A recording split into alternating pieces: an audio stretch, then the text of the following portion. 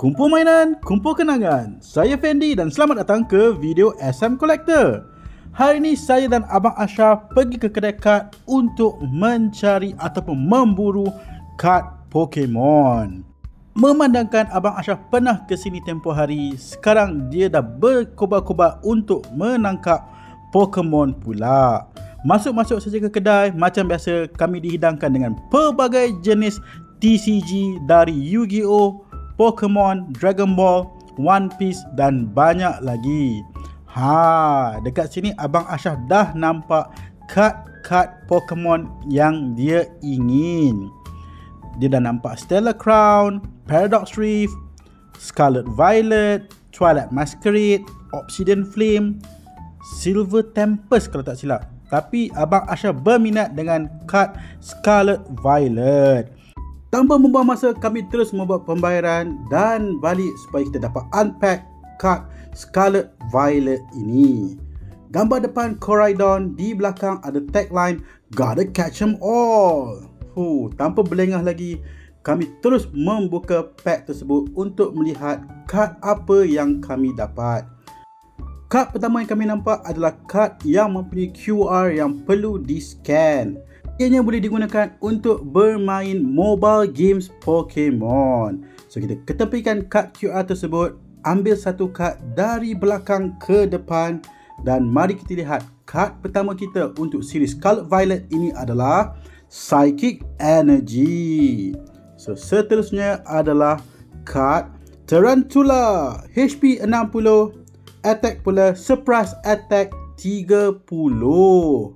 Seterusnya, kad yang kita dapat adalah Trainer Card Pokemon Catcher.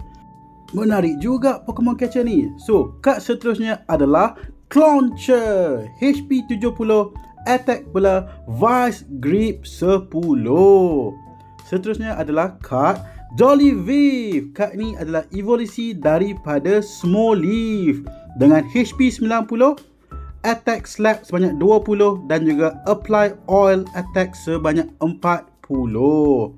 Seterusnya adalah Scovillain, evolve dari Capsakid, HP 110, attack pula ada 2, hot bite 20 dan juga super spicy breath 90.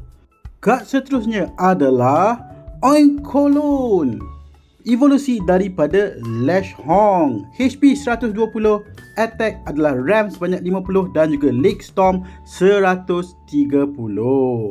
Alright, kad kita seterusnya adalah Breloom, evolusi dari Shroomish, HP 110, attack pula Macross sebanyak 60. Alright, kad seterusnya adalah kad Reverse Holo Smoliv, HP 60, efek nutrient dan juga satu lagi spray fluid sebanyak 20. Lawa juga kad Reverse Holo ni. Next kad kita adalah kad Trainer Reverse Holo juga, Poker Gear 3.0. Terbaik. Dan last sekali kad rare kita adalah Miraidon, HP 120, attack ada 2 iaitu Sharp Fang 30 dan juga Lightning Laser 90.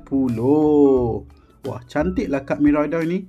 Okey, so inilah kad yang telah kita dapat. So sampai sini sajalah video kita kali ini. Jumpa next time. Bye.